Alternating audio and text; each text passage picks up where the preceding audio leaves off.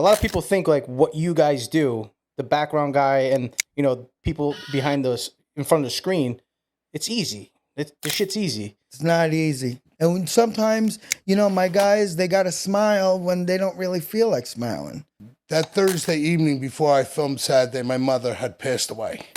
I sucked everything up and I went and I did my thing. But, your mind's all over the place. You got a million things going on.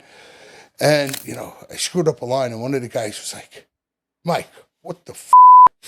And I'm like, all right, give me 5 minutes. So somebody walked over to him.